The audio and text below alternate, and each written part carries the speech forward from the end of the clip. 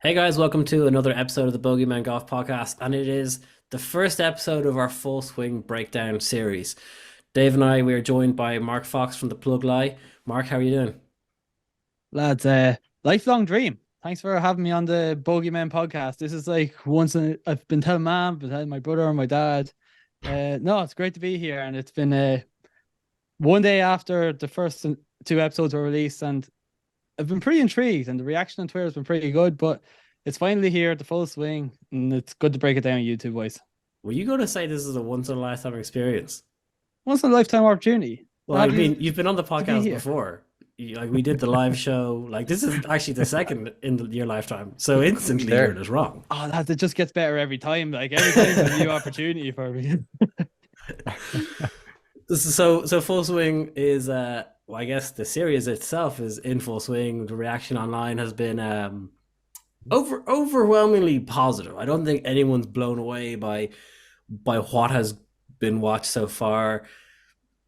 One or two people from what I would call real outlets or real TV journalists have been fairly scathing of the initial episode or so.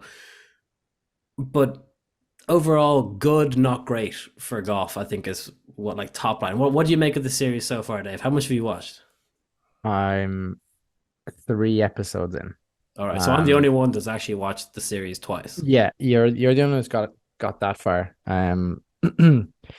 I would say if you are coming to it and you have like I suppose preconceived notion or preconceived disposition to not liking rich white guys who earn a lot of money and go through a bit of stress in their lives, maybe this isn't for you. Um, they, I just, the tone has got off to a funny start on it. I like the opening scene. Are we going to tell people what's happening here? Yeah, yeah. Oh, Episode by episode. We're it'll going to be go. a, Okay, it'll we're be going a to go blah blah detailed blah. breakdown of the two Like episodes. when you've got two of the, I suppose, preeminent players in the world on a private jet, flying 40 minutes to play a practice round, dealing high hand for $1,000 a card in their private jet. It make it like you're that's how you're framing this whole thing. The presence of private jets on in it so far has been plentiful, put it that Yeah, way. NetJets must be delighted. Yeah, someone is Like delighted in the they private must be aviation like, "This is industry. brilliant. We didn't pay for any of that advertising." Exactly. Um, like I suppose there's probably not for people who casual watchers. I suppose the equivalent of me watching the tennis or Drive to Survive would be probably intrigued. Like, oh God, these guys are really like, this is what they do. This is their lifestyle. And fair enough. Look, you're kind of saying this is their lifestyle too. This is how they live. These are the places they live. This is the company they keep. But these are the people behind all of that. I feel it's just coming up a bit short on the people who are behind all of that part, because I know the other half, that other part exists, and that doesn't bother me in any way, shape, or form. Very highly paid, best in the world at what they do. Great, of course they're going to fly like that. Of course they're going to have that lifestyle. But I just feel like we're still trying to, what we thought would scratch the surface or get beneath the surface has maybe scratched the surface a little bit. Yeah, I do know that. So apparently there are rumblings that episode two was meant to be episode one, Heard that. and then they swapped it around because it would have been a little bit intense, which I think would have been very very good. But the opening was like two to 3 minutes where it's just like sound bite of how hard it is to win the PGA Tour, and these guys are the peak of professional golf, was really good, and then was just really contrastingly hit with two rich white guys on a plane. And to be fair, like both of them lovely guys, which almost makes it harder to stomach, because if it was like Ian Poulter's a big character, or if it was someone who was like, "Oh my god, this is life changing! I'm on a private jet for the first time," you could be like, "Whoa, okay, like there's meaning to this." Like they could have been on a bus playing that game with how nonchalant they were about it. They're just like, "Yeah, I'm just here, I'm a private jet flying off, like literally a commute down the road to go and play a round of golf." What was your initial thoughts, Mark, onto like the first, we'll say, 10 minutes as to the introduction to the series, and then like the two main characters, which are obviously Jordan Spieth and Justin Thomas. Johnny nailed the head there. The first 2-3 minutes of that trailer, I Hmm. was in work on my lunch watching this. I was on the edge of my seat. And eyes bulged. I was like, oh my God, it's going to be the best 8 episodes in the world that Netflix have ever put out of anything. Oof. And then all of a Big, sudden, the big next, claim. but like that's how engrossed I was in it. And then the next scene is like you mentioned, Jordan and Justin Thomas on a plane on a private jet, leather seats, kicked back, Mike Thomas in the background, two of them dealing away for $1,000. And you're like, I understand that these are the top 100, these are the top 10, two of the top 10 players in the world. But the idea of golf is that the idea of me watching this was that I can relate to a lot of the stuff that they do. So if Jordan Spieth goes out and plays Pebble Beach and he shoots 6 under, I can go out and do that the next day as well. If Brooks Koepka is struggling with his swing and he has swing thoughts in his head, I have those as well. But straight away we're smacked in the face with, oh well, no, you can't actually relate to these guys in this series at all because there's two guys here dealing for $1,000 in a private jet. Not going to happen. Now, in saying that, like when we skip past all of that kind of, I think this would have been a really good episode 2 or 3, but to kick off the episode and just smack the watcher in the face, didn't think it was great.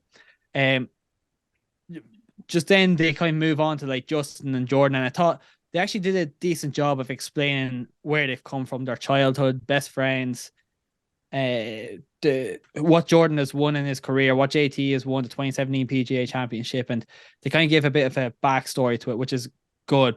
But from a watcher's standpoint, there's very little to relate to, and it doesn't give an accurate reflection of what the standard PGA Tour career is like. And just to point out to this, Ben Ann actually tweeted this out this morning that if you watch the first 4 or 5 episodes of Netflix Full Swing, you probably think that this is the typical PGA Tour life, flying private jet. It's not. No. So that was my original reaction when this first came on TV. Yeah. So there is a contrast out at the moment, and the Fire Pit have brought out the grind. So this is against the background of the actual real life for not 99.9% of golfers, 99.99999% of professional golfers. This doesn't exist. So there's 2 pieces of content that are out there and purportedly portraying professional golf lifestyle, and I'm fairly sure I know which one is the real one. This is kind of like Disney golf. This is Disney lifestyle. This is what I feel, as in it's like even as we get down to the lowly, like I know in episodes later we'll get down to like the lowly Joel Damon, who's only at like 100th in the world, but it is still pulling in about 4 million a year, all in. So you've got, it's just, look, your opening gambit, you want it to be strong, you want it to engage. Like I assume I was trying to mirror it off the opening episode of what was the tennis called? No, the premise point. Breakpoint, where it's they literally go for the biggest personality, not the biggest player, like in terms of rankings or anything. They like Nick Kyrgios, like the most interesting guy in tennis. Like hitch your wagon to that horse in terms of, and what that was for last year was the Brooks Koepka story. That's by far the most interesting one, because what you get with episode, and I'm kind of jumping to episode 2 when I'm saying why this should have been episode 1, is that you have all of those trappings of wealth and success, which is the big house, the gorgeous wife, the beautiful property overlooking the beach, but a fella going in genuine crisis, like can't find anything, like is genuinely at breakdown or like break point with this. No, sorry, excuse the pun. So you frame it by saying, yes, look how rich this, or look how much they get, but you still have a person who is incredibly insecure, worried about their future, clearly. Like he goes through about 4 different haircuts in the space of like 2 minutes, from his hair to black to like he looks like a guy lost. And all of a sudden you would have like a really cool start to it, as opposed to like, and the Thomas one was follow Justin. Jordan's kind of doing not great, so we kind of don't really follow him too much. We get a bit of his victory, but then it's JT wins the PGA, and yeah. I'm more sold on Brooks Koepka than I am in any way on or Justin Thomas. For sure. I thought that so the establishment of the relationship and the frenemies dynamic that they seem to have created, which was good, and it provided context to like, so Jordan came out, he was the man, and for a few years JT was kind of known. Like Dan Rappaport said, JT's reputation at that time was as Jordan's friend. I think that's really good, and I think that builds a really good dynamic that you could have played on a bit more. But then they just kind of were like, so then Jordan stopped being unbelievable, and you're like, okay, well, why? Like, you don't just suddenly stop being really good at this thing, and if you do, why is that? Which I thought was very interesting. And then like when they started going into the majors and the majors being more important than everything, I obviously we know golf very, very well. We know that there are 47 PGA Tour events, 48 PGA Tour events in a calendar year. This is what the FedEx rankings and the season looks like. In season 1 of Drive to Survive, they were very, very clear at stating there's a 12 event series, there's a constructors championship, there's an individual drivers championship. This is what you get for X, Y, and Z. There's none of that when it came to this is what the PGA Tour is like. True, yeah. And it's actually so confusing. My wife watched the first episode with me, and she saw Jordan win at Heritage, and she was like, they all look the same. She's like, you can't tell who is who. And she doesn't watch a minute of golf with me. She watches me watch golf on the couch when she watches a movie, and I'm there on my phone or the iPad watching the golf. But she was watching this with me, and she's like, it makes no sense. She like, they put like fast-paced music on it, but it's still very slow, so you're just kind of confused. And I'm like, that's a very, very good way of pointing it. And then she goes, did he just win? So Jordan holds out the bunker shot, and she's like, but like, they didn't tee it up, he just suddenly won. And I think that's really, really good criticism of like, we know like Heritage is early on in the season and it means X, Y, Z. But for someone like her, or people who this is meant to be aimed at, people that don't know golf, they don't know why Heritage is important, apart from like Dylan DeThair saying it's a launch pad to the rest of the season. But you're like, he could have been talking about any event and just put that line in there. And it clearly is narrated.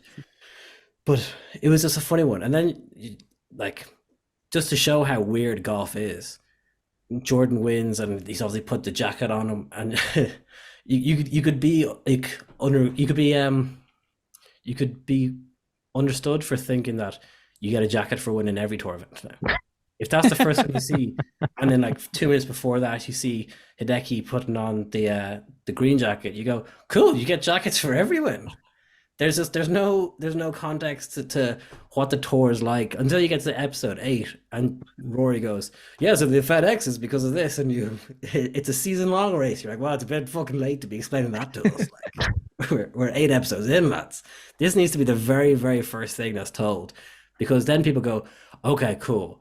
So the 4 majors are more important, but then after that, there's this other thing, which kind of just gets people to buy into it. Because could you imagine watching this series and then going and watching like Genesis this week? You'd be like, what is going on? Instead of having us talk about this, it should be one of us talking to the other one's wife and or girlfriend, or golf. Or non-golf. Honestly, think of how different this conversation was. Okay, right. Non-golf person, we are going to ask you questions about this. Was it good? Like, and then kind of mirror it off. Why was Drive to Survive so good? And like compare and contrast, like real junior cert honors English, compare and contrast these two things.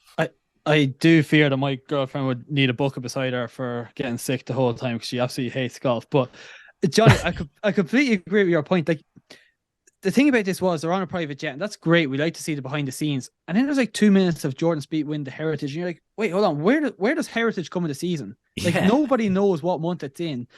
And then the next scene is actually really, really good. It's JT on the range with his dad, and he's like, I don't fucking like that swing thought when he can't get his swing in order. And you're like, oh my God, give me this for 5-10 minutes. I can relate to this. This is really insightful. But then they go and show like rounds from the PGA Championship, and the only behind the scenes access we get is Justin Thomas in the CVS pharmacy trying to do his allergies.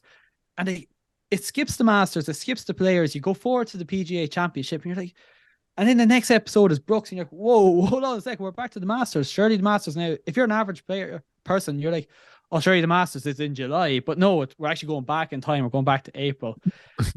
Just to briefly jump back to what you said, Dave, the thing that's so good about Brooks here is it follows his storyline. Like it doesn't matter that Brooks missed a cut at the Masters. It doesn't matter that we know what he's thinking that week.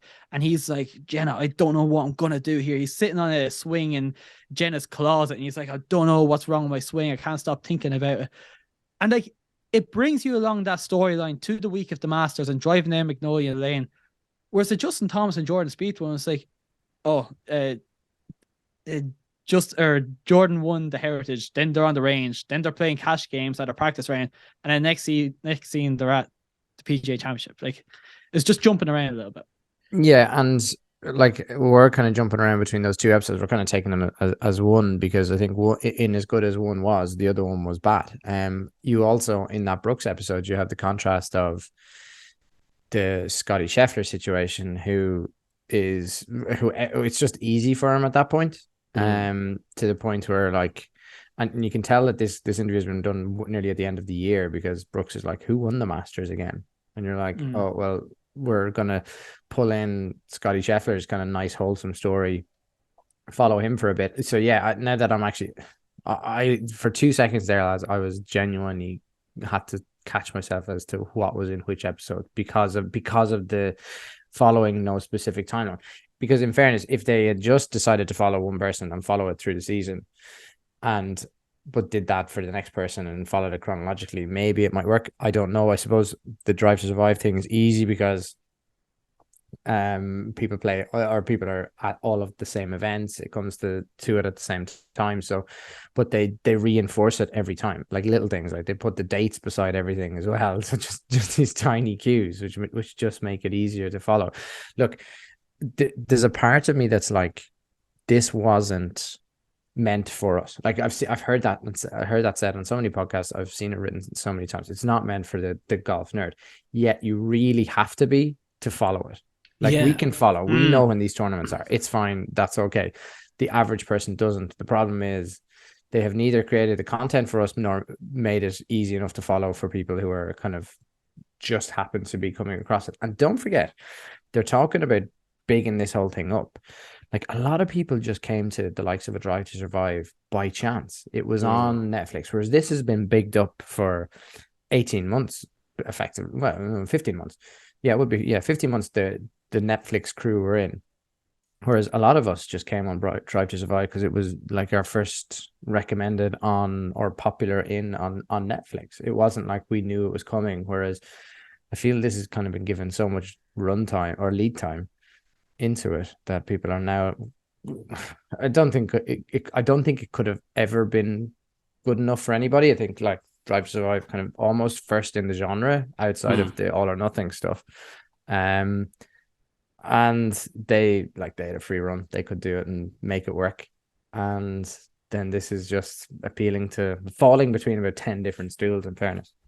I think it's the biggest letdown for me on episode 1, and I enjoyed it. It was nice, and you do get some nice insights, particularly on the Sunday of the PGA Championship. But the narrative is the biggest disappointment for that episode, because as strong as the narrative was for episode 2, that Brooks Koepka is a man who's like just completely dizzy anytime he stands up, basically. Yeah. The narrative for the PGA and for Justin's story was actually really easily there for people that don't follow golf or trying to get into golf. And the fact that they almost hinted at, didn't really get into it.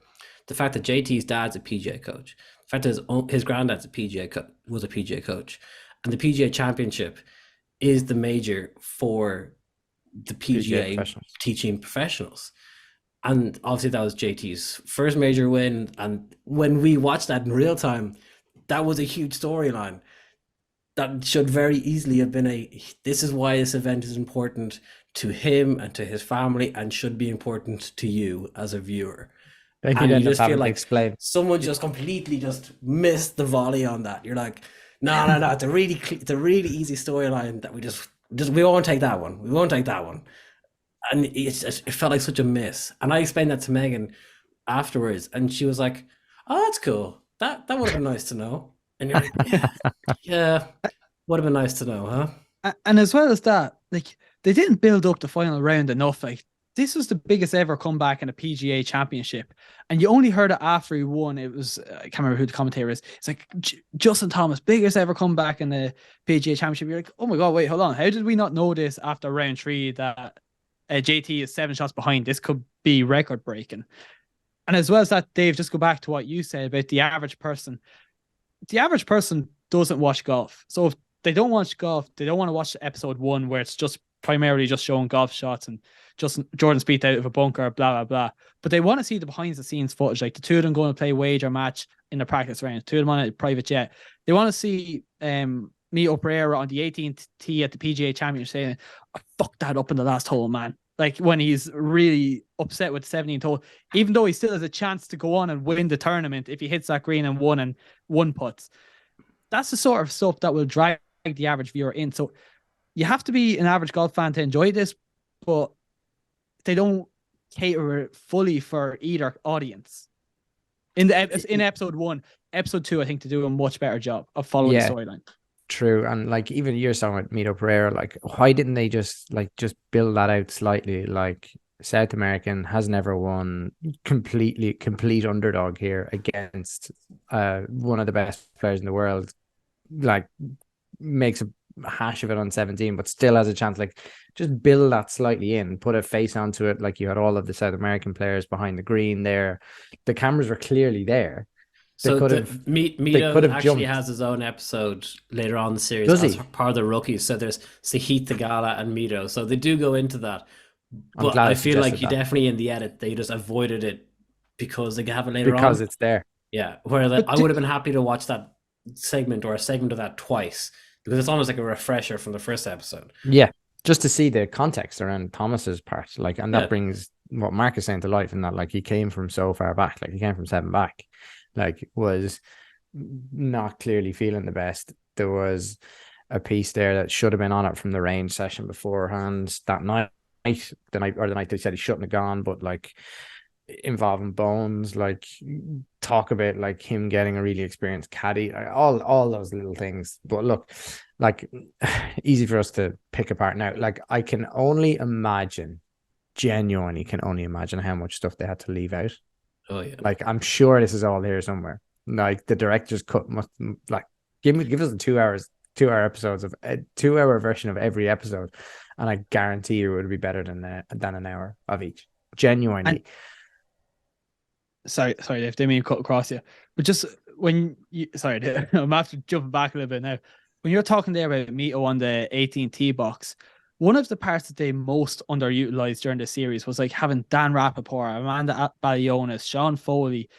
They're all just giving Dylan Dedier, they're all giving standard opinions like, oh, this is what happens when you miss the cut. It's 4 rounds. Nobody gives their opinion compared to the Formula One. I can't remember your man's name, but he gives his opinion like Charles Leclerc can't do this because, and then he gives his opinion like stress or disappointment because of this. Whereas Dan Rappaport, they're given a statement to say, and they don't really delve away from that. So they could build that tension on the 18T saying, oh lads, like Mito, like he was this kid, blah, blah, blah. Yeah, I think that's a very fair point. I think they'd use those different faces to just move the narrative along rather than you guys are at every single event. You have relationships with these guys. Actually, the best piece of content that comes out of Dan Rappaport is in Matt Fitzpatrick's episode, which you'll see later on, because they went to college together and they're mates and they know each other on a personal level outside of work. That you could have replayed on those relationships in the early episodes just to provide context to who's going on and what was going on in the event itself. I think it foreshadowed though for the rest of the season very, very nicely in terms of here's what the big storylines are. And then when it came to Brooks's, like foreshadowing Brooks's episode, I think that built a lot of tension and a lot of high energy that you got straight into it from episode 2. And then I think with episode 2, straight away then when it comes to Brooks, you see that there's still that chip in his shoulder. Obviously, he talks about it and he wasn't that great as an amateur or wasn't seen as one of the guys, and the same way that JT and Jordan were. And so he had to work harder than everyone else. Funny for a guy who built this whole persona off of I'm too cool to care to now be turning around and saying I had to work harder than everyone else to get to where I am. But it also Yeah, makes, I should care more. yeah, it also just makes it funny that like, or disappointing to say that, to see that we don't see him that much anymore, unless you're watching the live stuff. People like him, where you could see a lot of people buying into the Brooks storyline now if he stayed on live, and people would watch it now and they'd care more for him. Whereas he goes off to live, I think he's very easily forgettable. And I suppose there is a piece now that has just come out, that is breaking that he's pretty much suffering from buyer's remorse around the live piece and is potentially looking at a move back. So like, here you go, all of these things that maybe didn't fit a while ago seem to be a lot more appealing now that they're all sitting on the other side. Um, you brought up a good point. It's on the opinions of the people that are, but more so the people in the sport that aren't necessarily the players. Like, so, like the greatest character in Drive to Survive is Gunter Steiner, the guy who Mm. manages Haas, who keeps on calling everyone bankers and all this kind of stuff, and he gives a really honest and frank opinion. And you get this a lot with like basketball players, but you don't get it with NFL players. You don't get it with footballers. You certainly don't get it with golfers. Is like just like towing the party line and let's not rock the boat too much. I think there is a clip about Rory that will come out, like pretty cool, but I think the context around it is pretty mundane actually, in terms of, yes, he said something, but like when you put context behind it or the scenario, it's like it's not bad. That is what we're gonna miss. There's gonna be no one's gonna let the guard down at all, is what I've gathered. Like the most I feel that we're gonna get from letting the guard down is what we've seen in episode 2. And that, like, and this is saying that I haven't seen what's coming. So this is where it's leaving me now in thinking. It's like, oh God, I hope someone spills the beans or gets very honest and frank about it. Because right now it seems like Brooks is going to be like the Everest in terms of that so far. Yeah, Yeah, I will say I haven't seen more episodes. Like Joel Damon's episode is very personal. Matt Fitzpatrick's episode is also very personal as well. Um, they would, for me, it's Tony Finau's as well. Like they definitely do start leaning Okay. more into the human side. But like let's say you were a non-golfer and you watch this first 2 episodes, would they make you want to invest another hour or 2 hours or 3 hours to get to that point? Probably not. well, yeah. The thing I saw tweeting this earlier. I was like, somebody, a journalist, rated this as like very, very mediocre. But then when they were telling their friends to go watch it, they were like, "Oh, watch episode 2 and 3 and 5 and 6 and 8." Actually, hold on. You have to watch the whole. Like, it actually is. So then they're trying to make up in their mind if it's good or not. Um, yeah, I feel like the Brooks episode, and that's as far as I've watched now. That is the one I've loved the most. I actually think I was talking to my brother about this morning. I was on the phone to him. He's like, Brooks is just so bloody cool, like, because we always got this insight as Brooks is like, he always talks the talk, and he's like this big competitor, and he doesn't care about anything else. But he's there talking with his wife about his wedding day, and he honestly cannot get the thought of his swing out of his head. And you're like, oh, lads, maybe Brooks is that guy. Like, and it's actually such a loss to the PGA Tour now that he's actually gone and he won't be compete. Like Jonny, we were talking before this, that he actually won't be competing in a major from now on, more than likely. Yeah, I thought it was brilliant. I thought like you've got the sense very early on in this episode that he was a man struggling with pretty big demons, and like just selfishly, from an entertainment product, this is obviously someone's life, but selfishly from our perspective, that's amazing to watch, and Mm. you want to buy into that for more and more events. Like I thought it was brilliant, and like it was very very well edited by the guys. And to be fair, when he's playing 16 at Phoenix and he misses his shot left and chips on and he has that putt to make par, and the voiceover from Brooks goes, this is when the big players, when champions step up and in these moments, and then misses the putt. You're like, oh, and that was such a good scene. Ruthless. It was such a good scene because we didn't know it at the time, but that was very much a foreshadowing of what the rest of his year was going to be like. Close, but not quite, just not good enough. And it turned out to be his putting. What he was saying was just he's no confidence over 8 footers. When he was best in the world, he was making everything from 8 foot, and now he's like, I think he's dead last. And I think that was just brilliant, and just to contrast his story then with Scotty's. Brooks gave us some really, really good moments, like when he's sitting on the couch going through the trophy wall with his mom, and he's just comparing himself to Scotty Scheffler, and the man who, like, Scotty Scheffler is vanilla. He's a very boring man. Like, after even watching that episode, you go, Jesus, like, grow a bit of win a bit of a personality here, mate. Don't just win tournaments, like. Whereas Brooks was the complete opposite, and you just empathize so much with him that he was like, he was saying to himself, Scotty's not thinking about anything. Scotty's thinking about like frozen coffee drinks or whatever the fuck they were ordering, and Brooks is thinking about anything and everything. He's thinking about his putting. He's thinking about his swings. He's thinking about the wedding. He's got a million and one things going on, and the fact that he then goes and they said on camera, I can't compete with these guys week on week. You're like, oh, let's stay with this. Let's stay with this. And then they just cut scene. You're like, no, stay with that. Yeah. Yeah. I'll give you my 2 cents. I've kind of touched on this already, but what made episode 2 so much better than episode 1, because they're the only 2 I've watched, it's the fact that, I mentioned this to Dave earlier, you build the storyline all week. Like, we don't care if Brooks misses the cut at the Masters. I don't care as long as we get to see from the previous Saturday to the following Sunday, Brooks, and then his wife Jenna is there, his mother is there. You get to hear from them a little bit. He's at home with his putting coach, and you're hearing about the issues that are wrong. This is a bit what they miss with the Jordan Spieth episode. It's like, oh, why has he not been so good since 2017? Whereas Brooks comes out and now I'm sure Brooks builds it up for the camera a little bit as well, saying, oh, listen, the cameras are here. I'm going to be on TV. I better make this a bit more dramatic so people get insight into my personality. And he builds it up a little bit. But it works, and it gives the people what they want to see, and him being completely honest and frustrated and downbeat, and then trying to compete at the Masters. That's what makes it so good. And my big takeaway from this episode was that they should have done for the whole series is get your 8 biggest personalities in the PGA Tour, or 16 or whatever. Follow them for a week. If they miss cut, it doesn't matter. If they finish top 10, if they win the tournament, all great. But at least you get to see it from week to week, rather than doing what you did with JT and Jordan Spieth and skipping from April to May to back to blah blah blah. Yeah. I guess the biggest thing from their side is that you've obviously no idea who's going to win an event week on week.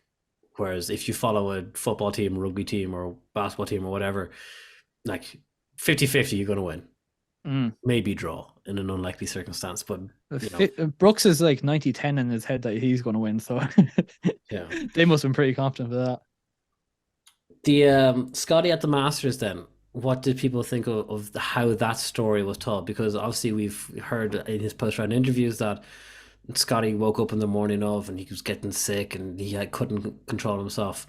You do also get the sense that, like, I know we know this already, but Scotty Scheffler and Ted Scott, both very, very religious people, and there was a good insight in the same way that Bones played a big role for JT in episode 1. Ted Scott has played a very big role for Scotty in episode 2, where the very last things he said to him before he teed off in round 4 is 2 things: you're not in unfamiliar territory, and number 2, that God has a plan, and whatever God's plan is already gone out. Having someone with that kind of experience in your bag and maybe a higher faith definitely seems to have played a part into Scotty having a lot of success. The Masters stuff, I was actually pleasantly surprised at the shots that they got.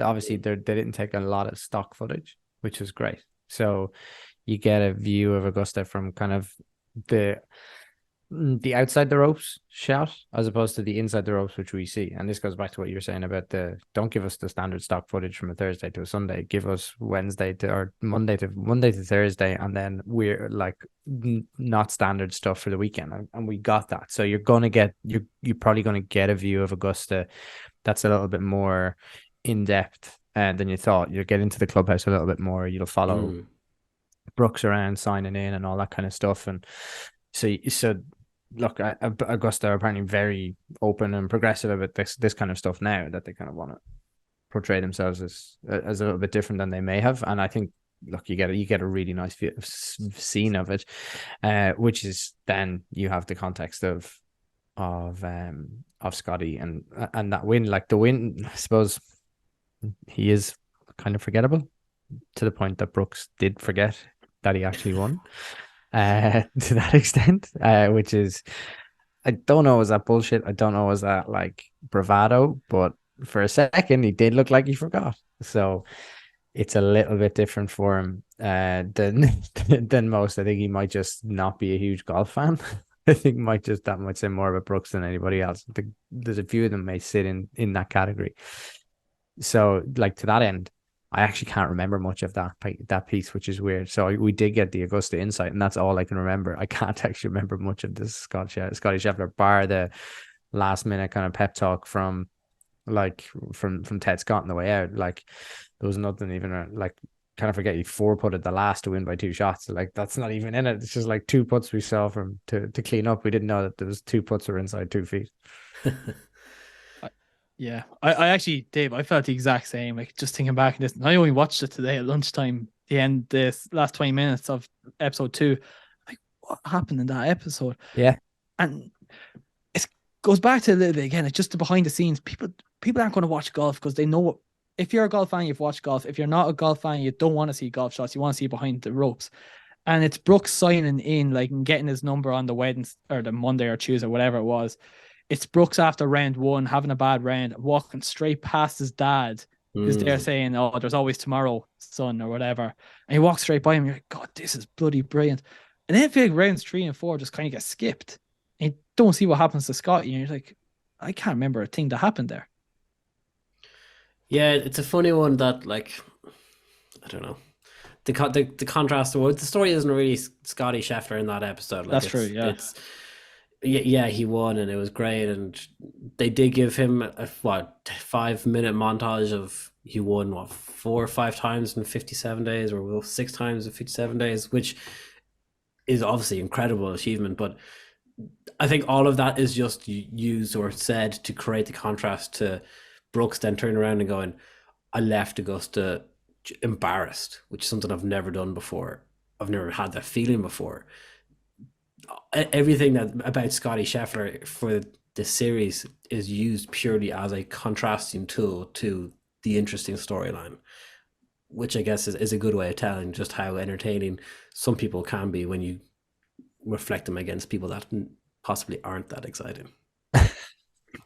So Scotty Scheffler was. We are never getting Scotty Scheffler on this podcast. He's gonna be like, "Fuck you guys." So, like, Scotty Scheffler, or no, Brooks is the canvas upon which the bland Scotty Scheffler is painted in this instance. He just drifts into the background, whereas Brooks is all up front, but he's actually a really shit painting. Is that like it? But I mean, yeah, that's it. Like, golfers are, yeah, they're athletes, but they're entertainers, and I think Brooks understands that. And very few of them are actually entertained as well. Entertaining, exactly. Yeah, it's funny. So, I guess my last question for both of you, as people that have only watched the first 2 episodes, the main, or one of the biggest storylines throughout the course of the year that's just gone has obviously been the formation of Live and people that went over to it and have obviously gone off and played it. Brooks kind of gave a little hint as to, oh, maybe. Do you think that Liv has gotten enough airtime in this story so far, 2 episodes in? No, it hasn't got any. No. I think the only airtime it will get is the fact that people might be a bit more interested in who Brooks Koepka is, and then they're like, "Oh, where's Brooks now?" And like my girlfriend asked, "Oh, where's Brooks now?" And I'm like, "Oh, he's gone to play on Live." She's like, "Wait, what's Live?" What's Live? And then you have to explain all of the intricacies and everything to do with it, and I'm not getting into that this evening, but no, I don't think he's got enough live time. I don't think he's got enough live time, TV time, whatever you call it. But I think Brooks is like a superhero for Live right now. He's flying the flag in episode 2. Yeah, Subconsciously, I don't know if he is necessarily, as much as he's reflecting, if you can't compete on this tour, come to our tour. That's kind of the sense that you get. You're like, listen, man, if you're Ian Poulter who's in your like 46, 47, or if you just can't hit a golf ball straight, come and join our tour. That's really what Brooks looked like for me, in my opinion. Yeah, I do think that when he was competing on the PGA Tour, though, all he did want to do was win. Like, I don't think, and that's where it comes across to me as like, oh god, he seems like the ultimate competitor. And then you finish episode 2 and you're like, wait, hold on, how can he be the ultimate competitor if he's going to play in this 48-man fields with no cut and tons of money? So it's like a double-edged sword for Brooks. It's like, oh, like I was the ultimate competitor, but I also was money hungry. I want both, and then I took this side. But yeah, I've grown, whatever you call it, and you found love for Brooks. But then I finished episode 2. And I'm like, nah, screw him. I don't know. It endeared him to me more, I think. I wish he was back in the PGA Tour, but I wouldn't want him back now. What do you Dave, think? any thoughts? I'm all for him back. I want, so based off all of this and against the background of this or the episode, and then seeing what happened in Dubai when Patrick Reed came back in the European Tour, like bring them all back. That's my view. And we On the have PGA this. Tour or the DP World Tour? Oh, just bring them back to playing at regular events whenever they want. If they're eligible, let them in. To be honest, because I would love to see them at DP World Tour events. But it's we spoke about this a couple of episodes ago. It's like DP World Tour should be looking at this, going, this is a genuine opportunity to fulfill a number of issues. 1, get the ratings back up. 2, get the world rankings back into European Tour events. And 3, like eyeballs coming from the US, where the tour becomes relevant. DP World Tour can become relevant again against the context of the PGA Tour is basically the only show in town. You bring all of these guys back in and you get all of this drama. Like imagine this now in, like, I don't know, somewhere random, like the French Open or the Irish Open, like 2 weeks before. Like none of them are going to be eligible to go to play in the Ryder Cup. So imagine they all just land in the K Club and it's like a proper shootout. And I'm not saying DJ they won't, but like if they have any, if they do start to harbor ambitions of coming back to play and the World Golf Rankings are the vehicle by which they do that, then the European Tour is the only show in town for them to do that. Therefore, they need to play as much as they can on that tour. And be that they end up at a 30 tournament schedule over the course of the year. Yeah, cool. So it's 30 tournaments and they get paid handsomely on one side. And the DP World Tour side fulfills a criteria for them and off they go. And then they get back into all the majors and it's all cool. So now, will that ever happen? I doubt it, but that's how I'd look at this massive opportunity that's there now to boost an ailing tour. But anyway, I think we're probably going away from the live thing, but I think that's the reason that I'm interested in it, because I want to see him back playing. Imagine Taylor Gooch winning the Irish Open to stop Robert McIntyre getting an automatic qualification in the Ryder Cup team. Like, that would be the greatest storyline of all time. Cool story. Yeah. Shit for Bob McIntyre. Cool story though. Yeah. We're going lobbying, Dave, tomorrow morning, me and you. I will say that the Irish Open is a week after automatic qualification closes for the Ryder Cup, so that won't happen. But I like where you're going though. Yeah, another event. Yeah. So next two episodes: Money and Legacy, Ian Poulter, and then Joel Damon's Imposter Syndrome. We will be back recording those next week. We will have another guest on the podcast to break down the 2 episodes. Mark, thank you very much for coming on and enjoy the rest of the series. Wait, I will do. And thanks for fulfilling a lifelong dream. Of coming on twice, no problem. We made it. On the tee, Jack Nicklaus. This is the minute that millions around the world have waited for. We will allow you to enjoy all of this. They are dancing in the pubs of Dublin. Harrington with an ace. And we have a shining star at sunset. Rory continues his run to greatness. The return to glory.